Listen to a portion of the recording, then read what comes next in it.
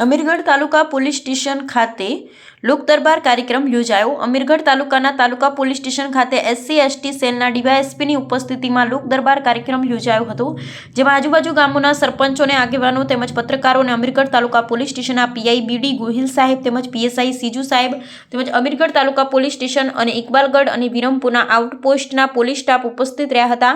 આ કાર્યક્રમ અંતર્ગત આજુબાજુ ગામોના સરપંચો અને આગેવાનોએ ડીવાયએસપી સમક્ષ પરિસ્થિતિ બાબતે પ્રશ્નો રજૂ કર્યા હતા અને પ્રશ્નોના તાત્કાલિક ધોરણે સોલ્યુશન લાવવામાં આવે તેવી ડીવાયએસપી સાહેબે બાહેધરી આપી હતી। અહેવાલ મનરાજ પી ઠાકોર, અમીરગઢ, બનાસકાંઠા।